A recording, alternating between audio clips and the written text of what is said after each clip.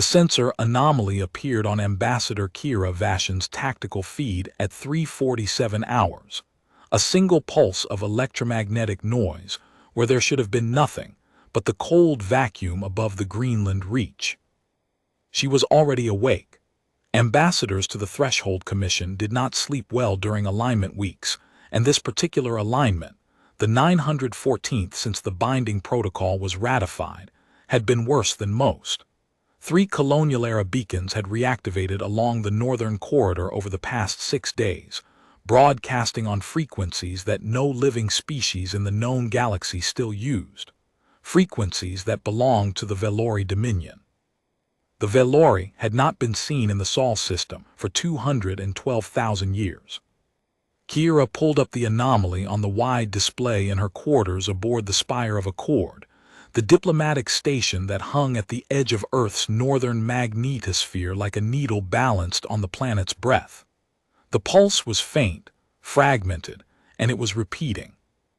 Every 11 seconds, a burst of structured data bled through the background radiation, carrying a signature that the station's recognition software flagged in amber, then red, then a shade of crimson that Kira had never seen the system produce. She pressed the comm channel to the watch floor. "This is Vashin. I need the duty officer." "Vashin, this is Lieutenant Commander Hadley. We're already tracking it. The pulse matches colonial-era Velori navigational transponders. We're getting confirmation from the deep range arrays at Svalbard and from the Meridian Ring." "How many sources?" A pause. The kind of pause that meant someone was rechecking a number they didn't want to say out loud.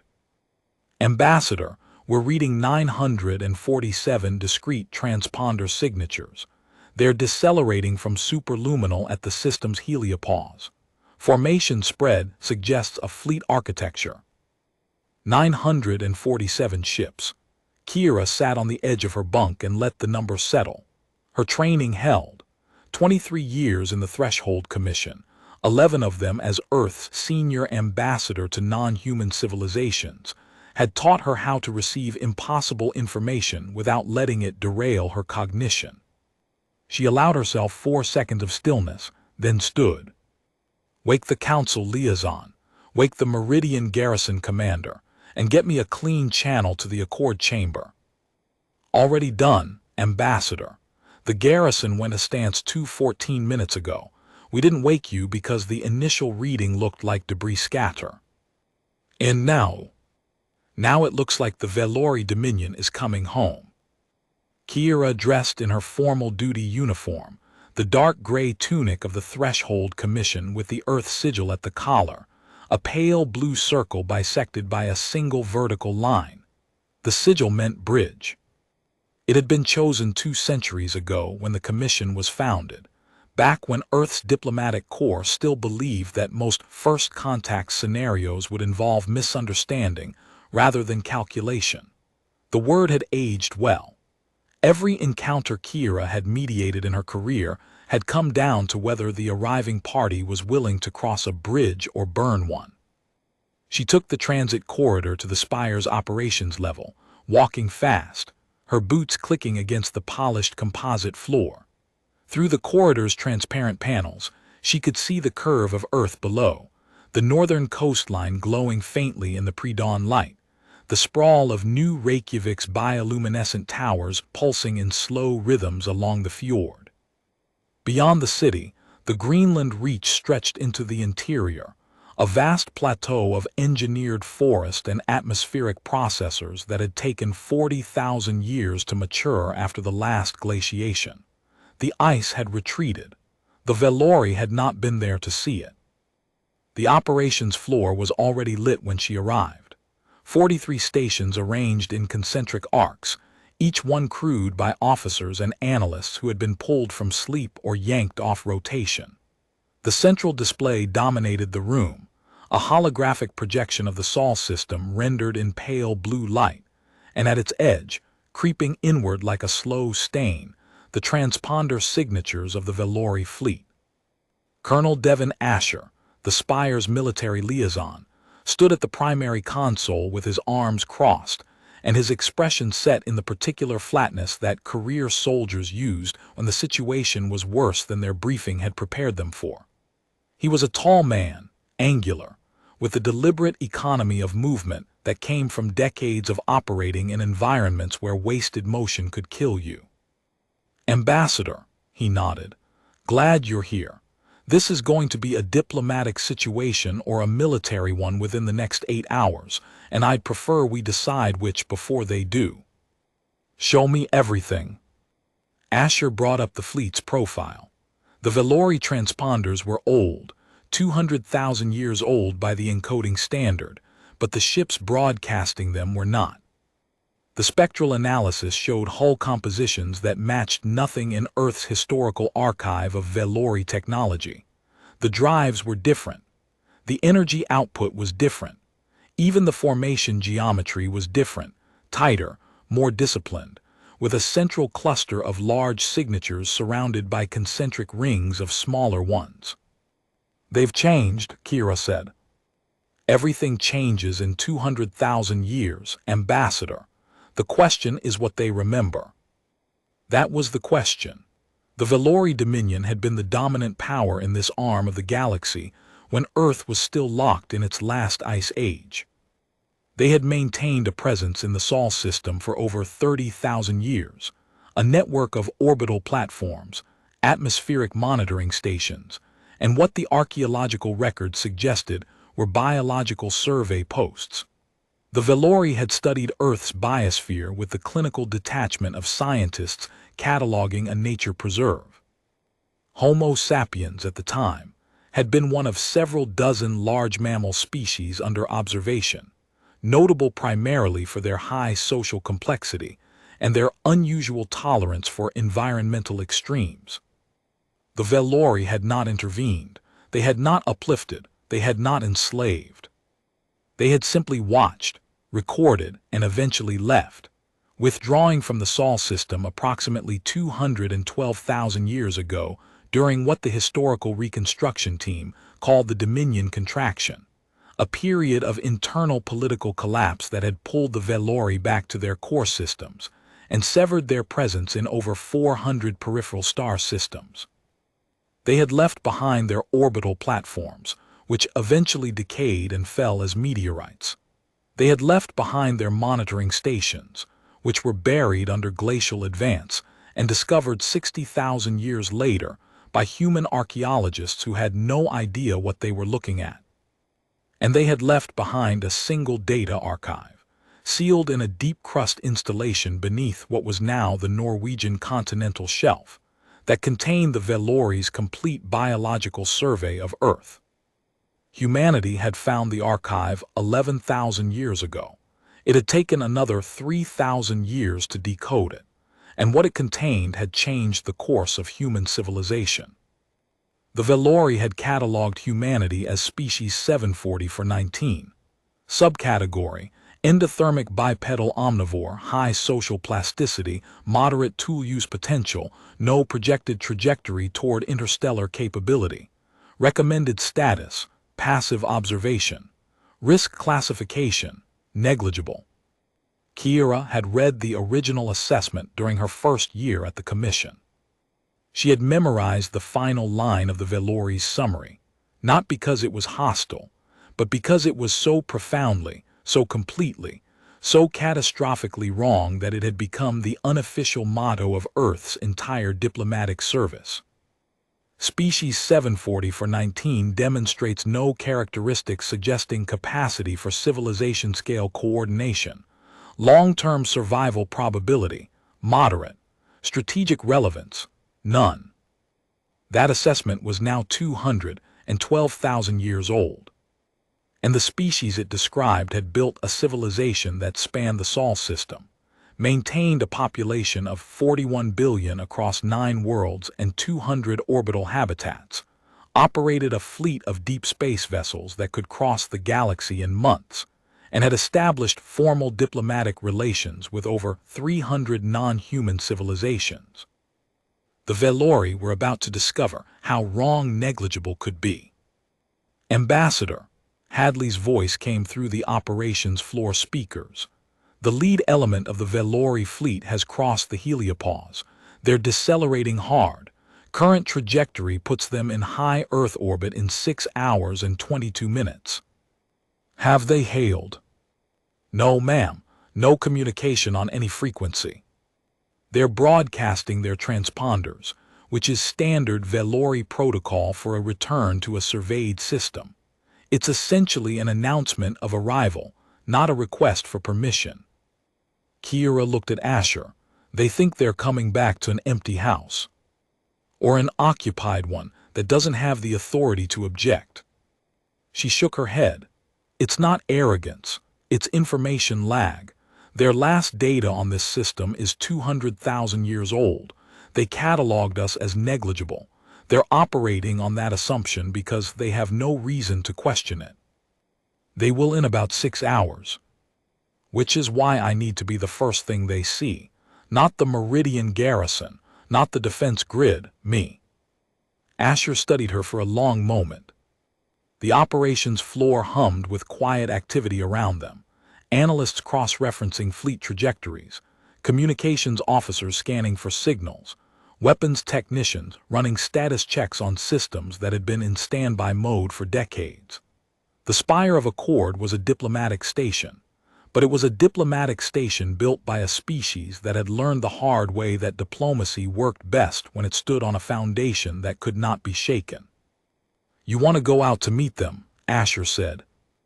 I want to be positioned between the fleet and the defense perimeter when they arrive. On the diplomatic vessel terrace, with a full translation suite and an open channel. If the first thing they encounter is a weapon, we've already lost the conversation. If the first thing they encounter is a voice, we have a chance to set the terms. And if they don't want to talk, then the Meridian garrison is 17 minutes behind me, and the defense grid has been tracking them since they crossed the heliopause. We are not unprepared, Colonel. We have never been unprepared. That is the entire point. Asher nodded slowly. Not agreement, exactly. Acknowledgement. He had served long enough to recognize when a decision had already been made by someone who outranked him in the specific domain that mattered. I'll have the terrace prepped and crewed within the hour. You'll have an escort flight of 6 corvettes at discretionary distance. And I'm putting the Meridian ring on stance 1, which means every orbital battery from here to the Kuiper stations will be hot. Understood. Keep them quiet unless I call. Ambassador, he paused. The Velori Dominion controlled 400 star systems. Their technology base, even 200,000 years ago, was centuries ahead of anything we developed at the time. Whatever they've become since then, we can't assume they'll be impressed by what we've built. Kira looked at the display. The Velori fleet crept inward, 947 points of light converging on a world that their ancestors had dismissed as irrelevant. Behind those points, invisible on the display but present in every corridor and every system and every sleeping city on the planet below, was the weight of what humanity had built in the time it took the Velori to forget about them. They don't need to be impressed, she said. They need to understand there's a difference. She left the operations floor and took the transit corridor to the terrace's berth. The diplomatic vessel was a sleek mid-tonnage craft, unarmed by design, with a hull surface that could be configured to broadcast on any frequency in the electromagnetic spectrum.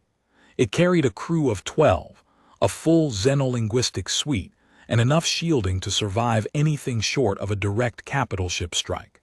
It was not a warship. It was a statement. It said, "The people who built me are confident enough to send me without weapons." The crew was already aboard when she arrived. Commander Leith Marrow, the terrace's captain, met her at the airlock with a datapad and a cup of coffee that Kira accepted with the gratitude of someone who had not slept in 31 hours. Ambassador, we've got a clean departure window in 40 minutes. I've plotted an intercept course that puts us at the outer edge of the Velori fleet's deceleration cone approximately 90 minutes before they reach Earth orbit.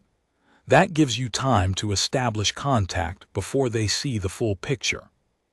The full picture? Marrow hesitated.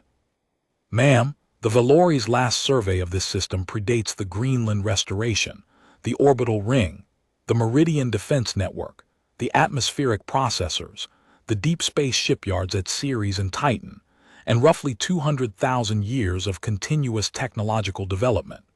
When they look at Earth right now, they're expecting to see an Ice Age biosphere with scattered megafauna and a few million tool-using primates. I'm aware. What they're going to see is a Type II civilization with a defense grid that could glass a continent. The culture shock alone might be enough to trigger a defensive response. Culture shock. The phrase sat in the air between them like a stone dropped into still water. Kira had spent her career managing the dissonance that occurred when a civilization's model of reality collided with the actual state of the universe. She had seen it break species. She had seen a delegation from the Tarath Compact sit in stunned silence for 9 hours when they learned that the primitive tool users they had been monitoring from 3 systems away had, in the intervening centuries, built a faster-than-light drive and were now parked in orbit above their homeworld. She had watched the senior envoy of the Kreth Assembly weep, openly and without shame, when he was shown the human historical archive, and realized that the species his people had classified as pre-sapient had been composing symphonies before the Kreth had discovered fire. Culture shock was not an abstraction. It was a force. It could shatter diplomatic protocols, override rational calculation, and drive otherwise stable civilizations into panic responses that took generations to undo. The Valori were about to experience it on a scale that had no precedent in Earth's diplomatic history. That's why I need to be there first, Kira said. Not the defense grid, not the fleet. Me in a ship with no weapons, speaking their language, giving them time to understand before the scale of what they're looking at overwhelms their capacity to process it. Marrow nodded. Understood. We launch in 38 minutes. The Terrace departed the Spire of Accord on schedule. Kira stood at the forward observation port as the ship cleared the magnetosphere and angled out toward the intercept point, watching Earth shrink behind them, a blue-white sphere wrapped in the faint silver thread of the orbital ring, its surface glowing with the lights of cities that covered 3 continents. From this distance, in this light, it looked like what it was, a world that had been shaped, deliberately and over millennia, by a species that had decided it would never be caught unprepared again. The transit took 4 hours. Kira spent them in the Xenolinguistics suite, reviewing the Valori language constructs that had been decoded from the Deep Crust archive. The language was old, formal, hierarchical, built on a foundation of categorical classification that reflected the Valori's fundamental worldview. Everything had a designation. Everything had a rank. Everything had a place in a system of nested categories that extended from individual organisms to entire civilizations. The Valori did not merely observe the galaxy. They organized it. The classification system was the key. Kira knew that the Valori would attempt to classify what they found in the Sol system using the framework they had carried for hundreds of thousands of years. They would try to fit humanity into a category. And when the category failed, when negligible and no strategic relevance collapsed under the weight of 41 billion people and a defense grid that could crack a moon, the Valori would be forced into a moment of cognitive rupture that would determine everything that happened next. Her job was to be standing in that rupture, holding the bridge open, giving them a path through it that did not end in weapons fire. Ambassador, Marrow's voice came through the intercom. We've reached the intercept point. The Valori fleet is 92 minutes out. I'm reading their formation clearly now. 947 vessels, confirmed. The central cluster includes 12 capital-class ships, each approximately 3 kilometers in length. The rest are escort and support tonnage. Open a channel. All Valori frequencies, old and current. Broadcast in their formal diplomatic register. Channel open. Kira stood at the communications console, alone in the suite, and spoke into the silence between stars. To the vessels of the Velori Dominion, this is Ambassador Kira Vashan of the Threshold Commission, speaking on behalf of the governing body of the third planet of this system. You are entering sovereign space. We acknowledge your historical presence in this system and your right to transit under the Interstellar Passage Conventions. We request that you hold position at your current deceleration point and establish communication before proceeding further. This is not a warning. This is an invitation. She released the transmit key and waited. The silence lasted 14 minutes, the time it took for the signal to reach the fleet and for a response to travel back. When it came, it arrived on the old colonial frequency, formatted in the same categorical register that the Velori had used 200,000 years ago, as if no time had passed at all. Vessel, identify your species classification and system authority. This system is registered as Survey Zone 740 for 100, containing no sapient civilizations above Tier 3 developmental threshold. Your transmission format is inconsistent with known Tier 3 communication capability. Clarify. Kira read the message twice. She felt something shift in her chest, a tightness that was not fear but was adjacent to it. The Velori had received her transmission in their own language, formatted correctly, broadcast on their own frequencies, and their first response was to ask her to clarify her existence. They could not fit her into their system. The category had failed, and they were reaching for the only tool they had: demand reclassification. Velori Command, this is Ambassador Vashan. The species you catalogued as 740 for 19, endothermic bipedal omnivore, no projected interstellar capability, is the species addressing you now. Your survey data is 212,000 years out of date. We have undergone significant development in the interim. I am transmitting an updated data package that includes our current population, territorial extent, technological capability, and diplomatic standing. Please review it before you proceed. She transmitted the package. It was not the full archive, not the military assessment, not the defense grid specifications. It was the cultural profile, the one the Commission used for first contact scenarios. Population demographics, language families, artistic traditions, architectural achievements, scientific milestones, a species portrait, not a threat assessment. She had chosen it deliberately. The Velori thought in categories.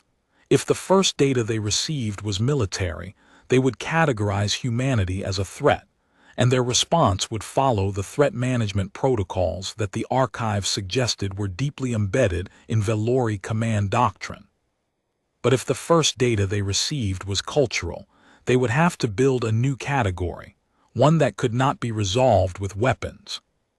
The response took 31 minutes this time. When it arrived, it was different. The categorical register was gone, replaced by something rawer, less structured, as if the formality had been stripped away by the weight of what they had just read. Vessel Terrace. This is Fleet Coordinator Severin Mall of the Velori Reclamation Authority. We have reviewed your data package. We are experiencing significant informational discontinuity. Your species was classified as pre-industrial at the time of our withdrawal from this system. The data you have transmitted describes a civilization that exceeds our current developmental index by a factor we are still calculating. We request clarification. Is this data accurate? Kira allowed herself one breath. Fleet Coordinator Mall, the data is accurate. I understand the discontinuity you are experiencing. This is not an error in your records. Your records were correct at the time they were made. What has changed is the time. 212,000 years is a significant interval. We used it. Another long pause. Then Severin Mall's voice came back, and in it Kira heard something she had heard many times in her career but never at this scale. She heard a worldview cracking. Ambassador Vashan. We are detecting orbital infrastructure around the third planet that is inconsistent with any classification in our database. We are detecting energy signatures from the planet's surface that suggest a population in the tens of billions. We are detecting what appear to be military installations of a scale and density that our tactical systems cannot fully resolve. We came to this system to conduct a routine resurvey of a dormant observation zone. We did not come prepared for this. I know, Kira said. That is why I am here, not the installations, not the military me. A single diplomat in an unarmed ship, speaking your language, because we had 200,000 years to learn it, and we chose to use that time to prepare for this conversation rather than to prepare for a fight. Silence, 44 seconds of it. Then Severin Maul spoke again, and his voice had changed, dropping from the stiff cadence of a fleet coordinator into something quieter, more personal, more real. Your species was classified as negligible. Yes. The classification was unanimous among the survey committee. I've read the report. How did you obtain our survey archive? You left it in a sealed installation beneath what we now call the Norwegian Shelf. We found it 11,000 years ago. It took us 3,000 years to decode it. We've had it for 14,000 years, Fleet Coordinator. We know what you thought of us. We knew you would come back eventually. And we decided that when you did, we would be ready not for war but for this, for the conversation. A new voice broke through on the channel, sharper than Maul's, carrying the clipped authority of someone accustomed to giving orders that were not questioned. This is Tactical Commander Iveth Sarath, Fleet Coordinator. I must register formal objection. We are holding position on the word of a single vessel from an unverified species inside a system that our records list as unclaimed. Standard protocol requires threat verification before any diplomatic engagement. I am requesting authorization to deploy the forward screening element for a close-range sensor pass of the third planet. Kira's hand hovered over the transmit key. She waited. Severin Maul's response was measured. Tactical Commander, your objection is noted. What specifically do you intend to verify? The orbital installations, the energy readings, the claimed population. Any of this could be fabricated, a projection system designed to deter approach. We've encountered mimicry defenses in other resurvey zones. 3 screening frigates on a standard approach vector would give us hard data in 40 minutes. Kira pressed transmit. Fleet Coordinator Maul, Tactical Commander Sarath. I want to be transparent about what your screening frigates will encounter if they approach Earth on a standard threat verification vector. The Meridian Defense Perimeter extends 800,000 kilometers from the planet's surface. It is automated. It does not distinguish between reconnaissance and aggression. It was designed to respond to unauthorized approach with graduated warnings followed by kinetic interdiction. I am telling you this not as a threat but as a fact, because I would rather you hear it from me than learn it from your screening frigate's last transmission. The channel went quiet. Kira could hear the faint hum of the terrace's systems around her, the steady pulse of the life support cycling, the soft click of the navigation computer updating their position relative to the Velori fleet. Outside the observation port, the fleet's lights were closer now, bright enough to resolve individual running markers on the nearest escort vessels. Sarath's voice came back, colder this time. You are claiming that the defense system of a species we classified as pre-industrial is capable of interdicting Velori military vessels. I am telling you that the defense system of a species you classified as pre-industrial 200,000 years ago has been designed, tested, upgraded, and maintained continuously for longer than the current iteration of the Velori Dominion has existed. Tactical Commander, I have read your survey committee's original assessment. It said we lack the capacity for civilization-scale coordination. I am coordinating with you right now from a diplomatic vessel positioned inside your fleet's deceleration cone, speaking your language, while the defense grid that you cannot fully resolve on your tactical displays tracks every ship in your formation. That is what 200,000 years of coordination looks like. Another silence, longer this time. When Severin Maul spoke again, his voice carried the deliberate calm of a man who had just overruled someone under his command and wanted the record to reflect it. Tactical Commander Sarath, the screening element will stand down. We will hold position. Ambassador Vashan, I appreciate your transparency. You mentioned graduated warnings. I would like to confirm that we have not triggered any of them. You have not. Your fleet's transponders identified you as Velori Dominion at the heliopause. The defense grid recognized the designation from our archive and flagged your approach as a returning survey authority, not a hostile force. You have been tracked, identified, and allowed to approach because we expected this visit. We have been expecting it for a very long time. How long? Since we decoded the archive. 14,000 years, Fleet Coordinator. We built a classification in our diplomatic index for this exact scenario. It is called a homecoming protocol. You are the first species to trigger it. The terrace drifted in the silence between the fleet and the world.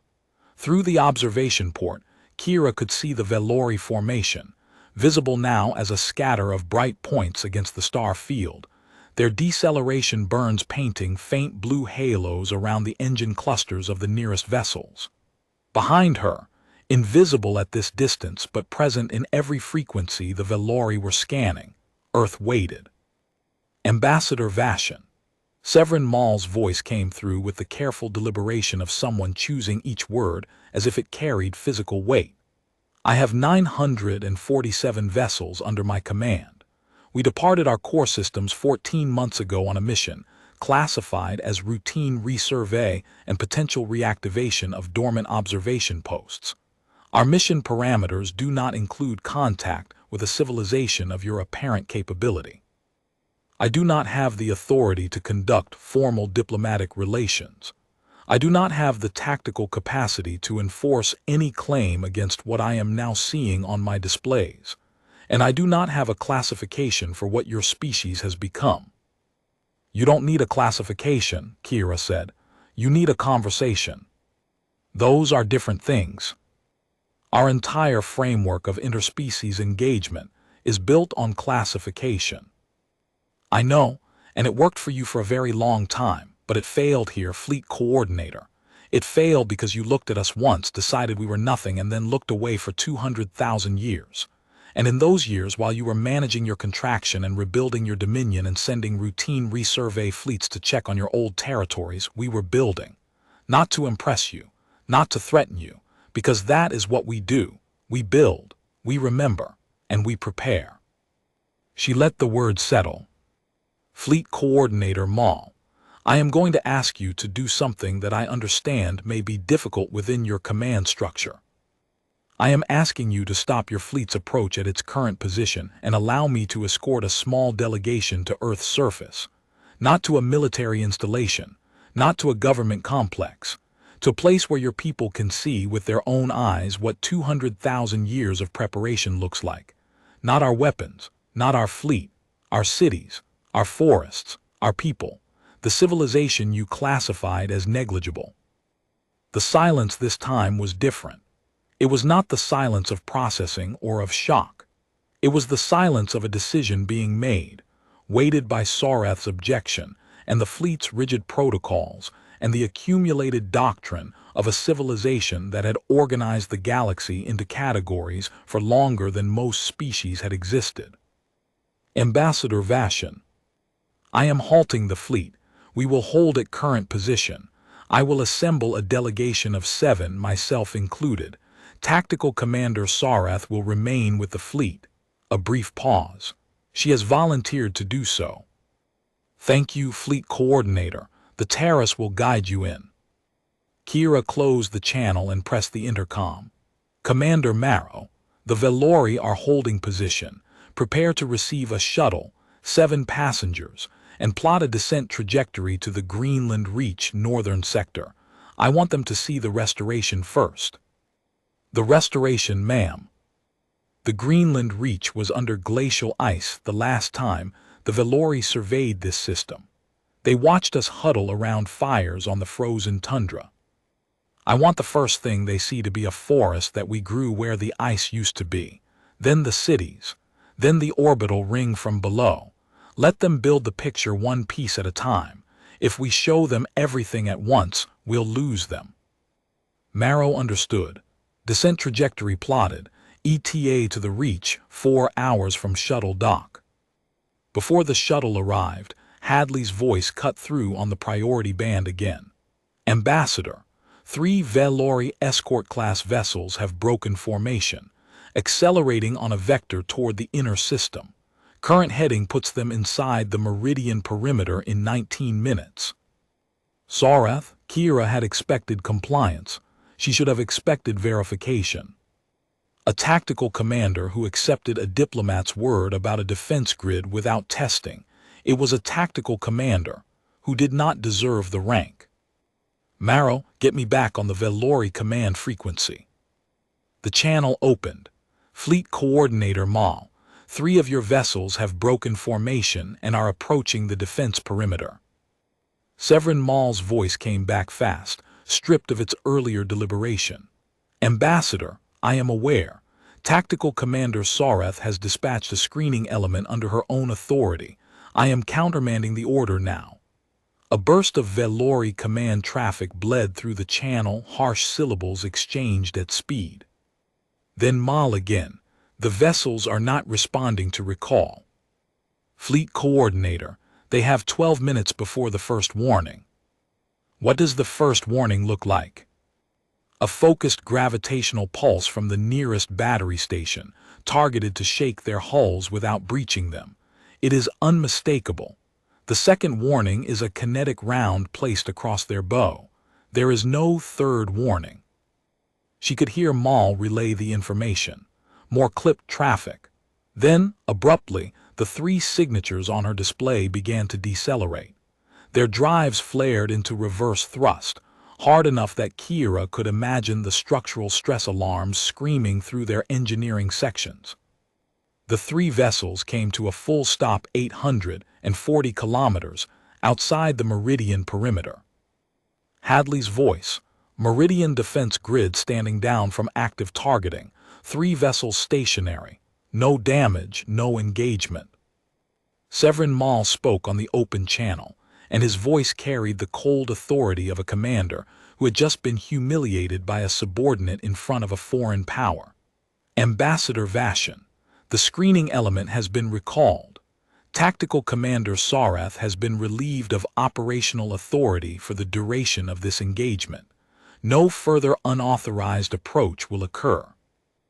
Understood, Fleet Coordinator. For the record, your vessels were never in danger from the first warning. But I want you to know that the second warning would not have been as gentle. I understand. The moment had lasted less than 4 minutes. In those 4 minutes, the entire shape of the encounter had balanced on a knife edge, one miscalculation from becoming wreckage instead of conversation. The grid had held, Mal had acted, and Sarath's screening element had learned, viscerally and without ambiguity, that the species classified as negligible had built a defense system that meant exactly what it said. The Velori delegation arrived in a shuttle that looked ancient by human standards, functional but unadorned, with the kind of utilitarian design that suggested a civilization that had once been wealthy enough to make everything beautiful and had since learned to settle for durable. Fleet Coordinator Severin Mal stepped aboard the terrace with 6 officers behind him, and Kira met them in the airlock vestibule. They were tall, the Velori, taller than humans by nearly a meter, with elongated limbs and a bone structure that suggested low-gravity adaptation over deep evolutionary time. Their skin had a faint blue-gray cast, and their eyes were large, dark, and set wide in faces that carried an expression Kira had seen on every species she had ever met. In the moment they realized their map no longer matched the territory. Severin Mal looked at her. He was older than the others, his face lined with the particular creases that came from decades of command decisions, and he wore a uniform that was plain, dark, and bore no insignia, except a small silver clasp at the collar that Kira recognized from the archive as the mark of a survey coordinator. "Ambassador Vashon," he said. His voice was deeper in person than it had been over the comm and steadier. "I have been a fleet coordinator for 41 years. I have conducted resurveys of 37 former Dominion systems. In every case, the species we had observed were within predictable parameters of the original survey data. Regression, stagnation, marginal advancement. You are the first anomaly." "We prefer the term exception," Kira said. Something shifted in his expression. Not a smile, a recalibration. "Exception," he repeated as if tasting the word. She led them to the observation deck. Through the port, Earth filled the lower third of the view, blue and white and threaded with the silver line of the orbital ring, its surface a mosaic of ocean, cloud, forest, and the geometric patterns of cities that covered enough of the visible landmass to be unmistakable from orbit. One of the Velori officers, a specialist whose rank insignia marked her as a survey analyst, pressed her palm flat against the glass. "The atmospheric composition," she said quietly. "It's been engineered. The oxygen-nitrogen balance is not natural for this stage of the planet's geological cycle. Someone adjusted it." "We did," Kira said. 40,000 years ago, after the last glaciation, we began atmospheric modification to stabilize the biosphere. The project took 12,000 years. We've been maintaining it since." 12,000 years, the officer said. She looked at Severin Maul. He did not look back. He was staring at the orbital ring, his jaw set, his hands clasped behind his back in what Kira recognized as a posture of controlled distress. Another officer, a younger male whose hands had been steady until he stepped aboard, pointed toward the southern horizon of the planet's visible curve. "Those energy signatures along the equatorial band. Are those shipyards?" "The Ceres Titan Corridor," Kira said. "Deep space construction facilities. We build our larger vessels there. The current program produces approximately 40 hull frames per cycle." "Per cycle meaning what duration?" 90 days. The officer turned to Severin Maul. "Fleet coordinator. They produce more ships in a single year than our entire fleet numbers." "I am aware," Maul said, still looking at the ring. The terrace descended into atmosphere. Kira watched the Velori delegation as the surface resolved beneath them, and she saw the moment the culture shock hit in its full force, not all at once but in waves, each wave bigger than the last. The first wave was the Greenland Reach. 200,000 years ago, when the Velori had last surveyed this region, it had been a sheet of ice 3 kilometers thick. Now it was a forest. Not a wild forest, but a managed one, an engineered biome that stretched from the coast to the interior plateau. 50,000 square kilometers of designed ecology, with atmospheric processors nested in the canopy like silver birds, their outputs visible as faint thermal plumes rising into the morning air. Severin Maul stared at it through the observation port. This was ice. "Yes. You grew a forest on a glacier." "We grew a forest where a glacier used to be. The ice retreated naturally. We made sure what replaced it was deliberate." The second wave was New Reykjavik. The city emerged from the forest edge like a reef emerging from a shallow sea, its bioluminescent towers rising in organic curves that mimicked the fjord landscape they had been built to complement. The towers were not the tallest structures on Earth, not by a significant margin, but they were designed to be beautiful first and functional second, a philosophical statement embedded in architecture. "The material," one of the officers said, "the tower surfaces, they're alive." "Biocomposite cladding," Kira said.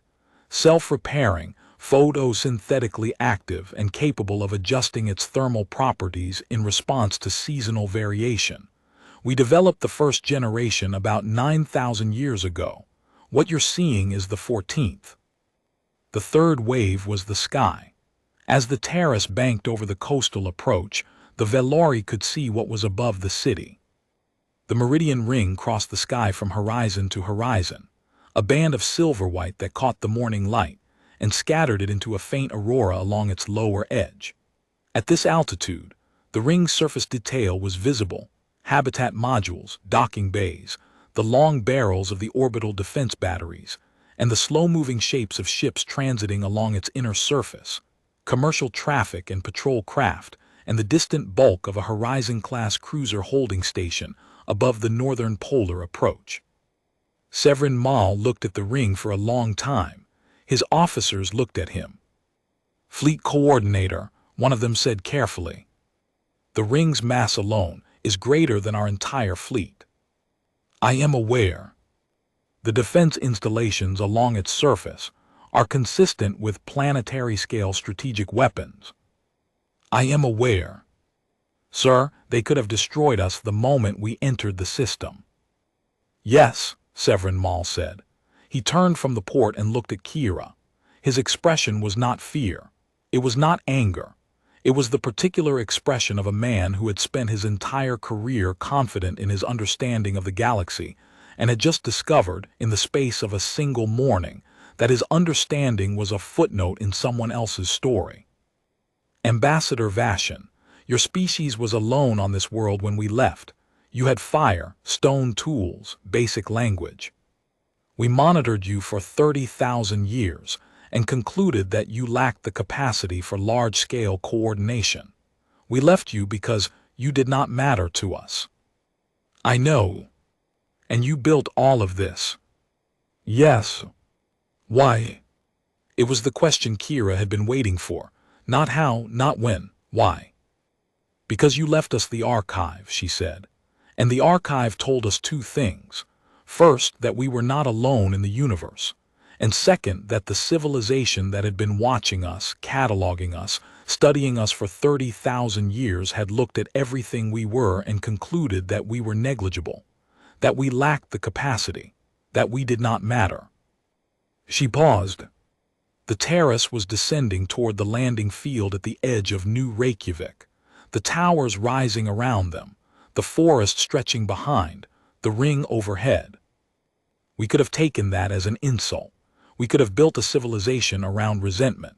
Some of us wanted to, but the people who found the archive, the ones who spent 3,000 years decoding it, they made a different choice. They decided that the Velori's assessment was a mirror, not a verdict. It showed us what we looked like from the outside, and we decided that the next time someone looked at us from the outside, they would see something different, not because we wanted to prove you wrong, because we wanted to prove ourselves right. She met Severin Maul's eyes. "That is why we built all of this, not for you. For us, you were the mirror. We did the building." The terrace landed. The ramp lowered. Warm air rolled into the cabin, rich with the complex scent of engineered forest and ocean salt. Beyond the landing field, New Reykjavik's towers caught the morning light, and the sounds of a living city filled the space where the Velori's silence had been. Severin Maul stood at the top of the ramp. Below, a small delegation of human officials waited on the field, dressed in the same dark gray tunics as Kira, the bridge sigil at their collars. No weapons, no soldiers, no military display. "Fleet coordinator," Kira said, standing beside him. 212,000 years ago, your survey team stood approximately 40 kilometers from this location and watched a group of our ancestors build a fire in a snow cave. Your observer noted in the archive that the fire builders displayed, and I am quoting from your own record, rudimentary cooperative behavior consistent with pack-bonding social structures, unlikely to scale beyond immediate kinship units. She gestured to the city beyond the field. This is what rudimentary cooperative behavior looks like when you give it 200,000 years and a reason to remember. Severin Maul descended the ramp. His boots touched the surface of a world his ancestors had surveyed and dismissed, and for a moment he stood perfectly still, a tall blue-gray figure on a landing field in a city that should not have existed. The delegation toured New Reykjavik for 3 hours. Kira walked with Severin Mall through the streets, past the bioluminescent towers, through the engineered gardens that lined the fjord promenade. She watched him stop at a public building whose entrance bore an inscription in Old Velori script, the Survey Committee's classification of species 740 for 19 carved into the stone lintel. He read it again. You carved our words into your buildings. Into this one, the Museum of First Memory. The original Velori data crystals are inside, mounted in their original housing. Every observation log, every classification entry, we preserved all of it. Why? Because it is the most important artifact in human history. It told us someone was watching. It told us someone had judged us. And it told us the judgment was wrong. The fourth wave came at the end of the second day, when Kira took the delegation to the Svalbard launch cradles. The facility stretched along the northern coast, a series of construction bays cut into the bedrock of the continental shelf, each one large enough to hold a deep space vessel. The current program had 9 ships under construction. The nearest, a Meridian-class patrol cruiser, sat in its cradle with its hull half-sheathed, its power core already cycling in a low pre-commissioning hum. Severin Mall stood on the observation platform above the cradle and looked down at a ship that was larger than his flagship. This is a patrol vessel, Kira said. Not a capital ship. We have 4 classes above this one. One of his officers was visibly pale, her blue-gray skin fading to a near-white that Kira recognized from the archive as the Velori physiological response to extreme cognitive stress. Fleet Coordinator, the officer said, we need to contact the Dominion Council. Our mission parameters are inadequate. Our mission parameters assumed a pre-industrial world, Severin Mall said. They were inadequate before we left home. We simply did not know it. On the third day, Severin Mall asked to see the archive itself. Kira took him alone, without his officers, through the climate-controlled chambers beneath the Museum of First Memory. The original Velori installation had been excavated from the Norwegian shelf and relocated intact, a structure of pale composite material that still hummed faintly with residual power after 200,000 years. The air smelled faintly of mineral preservative and old stone. The archive was arranged chronologically. He walked along the display cases slowly, reading entries written by survey officers whose names he did not recognize, describing a world he would not have recognized either. He stopped at a particular entry. Kira saw his expression change. Observation 40 for 1977-41, he read aloud. Subject group observed constructing a composite tool from 3 separate materials, bone, sinew, and sharpened stone. Tool was used to process animal hide into a wearable covering. Construction required sustained cooperative effort among 4 individuals working in coordinated sequence. Note: this level of multi-step tool fabrication is unusual for the species' developmental stage. However, the behavior appears to be isolated to this group and is unlikely to propagate to the broader population. Reclassification is not recommended. He stood there, reading it again.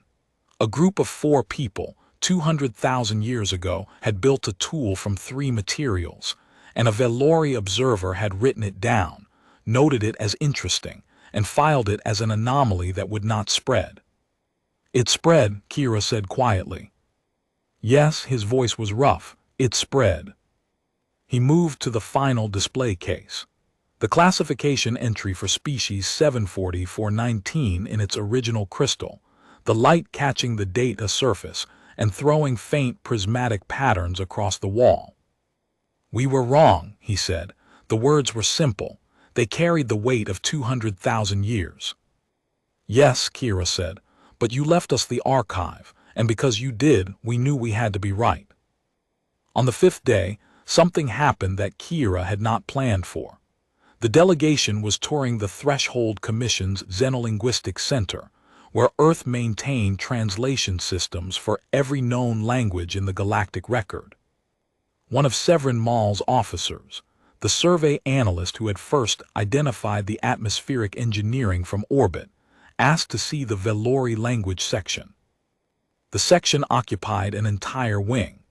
14,000 years of scholarship lined the walls, from the earliest decoding attempts to modern translation matrices that could render conversational Velori across 17 regional dialects, including 3 that the Velori Dominion itself had lost during the contraction and no longer spoke.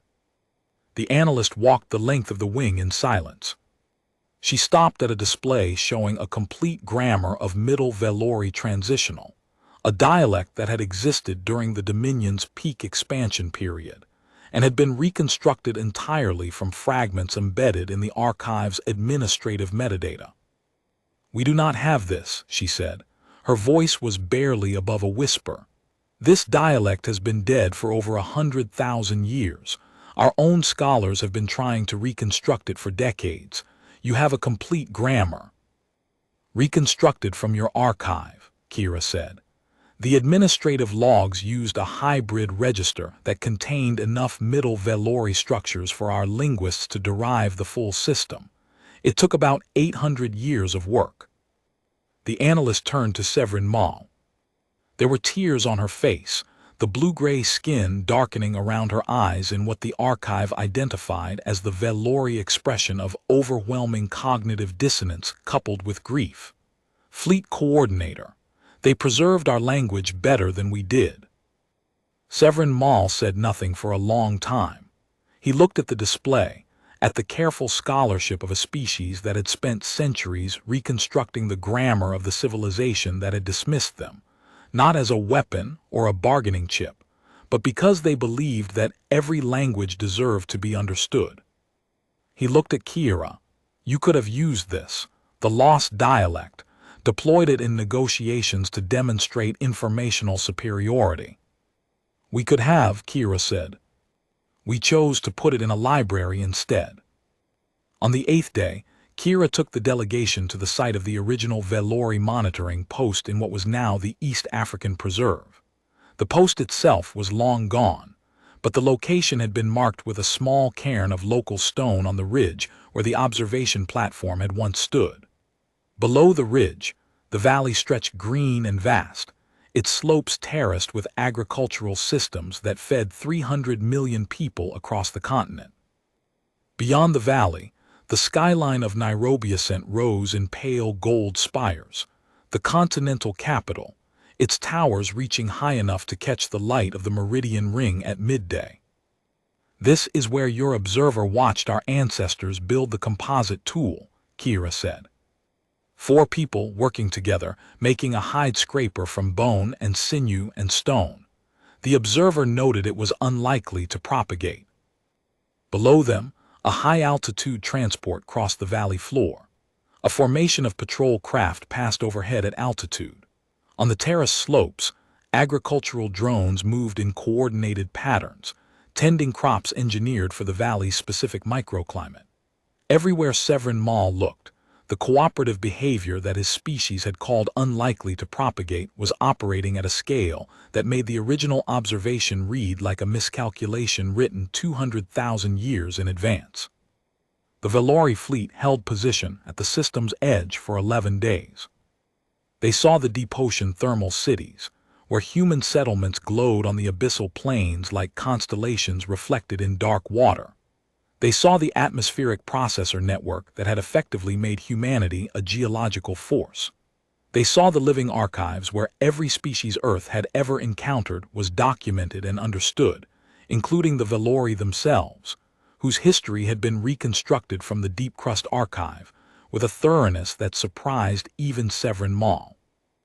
On the 11th day, he stood with Kira on the observation platform of the Spire of Accord, looking down at the planet where his species had once watched primates build fires and decided they would never amount to anything. The orbital ring caught the sunlight above them, and below, the Greenland Reach curved green and silver into the northern horizon. I will carry your data package back to the Dominion Council, he said. I will recommend formal diplomatic relations. I will recommend a complete revision of our classification system, and I will include in my report a personal observation. What observation? He looked at her. That the greatest error in the history of the Velori Dominion was not leaving this system. It was believing that what we left behind would stay where we put it. And the greatest achievement of species 74419 was not building all of this. He gestured at the ring, the cities, the engineered sky. It was deciding, when they found our assessment of them, to answer it with patience instead of anger. Kira nodded. We had a choice. We chose to build. You chose well. He paused. Ambassador, when we departed the core systems 14 months ago, Tactical Commander Sareth briefed the fleet on the 37 previous resurveys. She showed us the pattern. Every observed species had either regressed, stagnated, or achieved marginal advancement within predicted bounds. She called it the resurvey constant. She said it was the most reliable prediction in Velori science. And now I will return home and explain to the Dominion Council that the resurvey constant has a margin of error that includes orbital rings and 41 billion people. I expect the briefing will be uncomfortable. I expect it will. We'll be here when the next delegation arrives.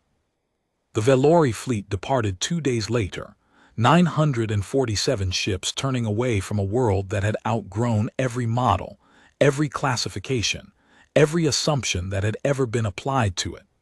Kira watched them go from the observation port of the spire of Accord, a scatter of lights diminishing against the star field.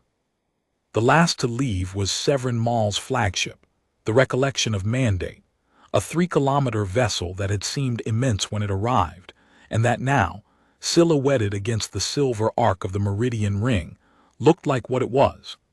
A single ship from a civilization that had built its understanding of the galaxy on the assumption that everything it left behind would stay put.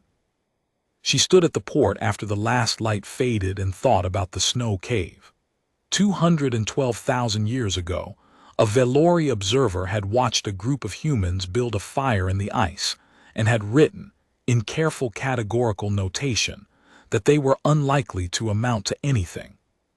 And in the time between that notation and this morning, those humans had built a civilization that stretched from the ocean floor to the orbital ring, that maintained forests where glaciers had been, that preserved the archive of the very species that had dismissed them, and that sent a single unarmed diplomat to meet a fleet of 900 ships, because they were certain enough in what they had built to believe that a conversation was worth more than a demonstration of force. That certainty was not arrogance. It was not pride. It was the quiet, settled confidence of a species that had been given a mirror, had looked into it honestly, and had spent 200,000 years making sure that the reflection it showed the next time someone looked was worth the wait. Kira Vashin pressed her palm against the observation port glass. Below her, Earth turned in its orbit, blue and white and silver-threaded, a world that had been watched and weighed and classified and dismissed, and that had answered all of it with patience, with memory, with preparation, and with the kind of quiet, unshakable readiness that could only come from a people who had decided, a very long time ago, that they would never be caught looking the way someone else expected them to look. The Velori would return, not with a fleet this time, with ambassadors. And when they arrived, Earth would be ready, the same way it had been ready for 200,000 years, not because it feared the visit, but because it had spent every one of those years becoming the answer to a question that had been asked in a snow cave, in the dark, when no one thought anyone was listening. Someone had been listening, and they had built the sky.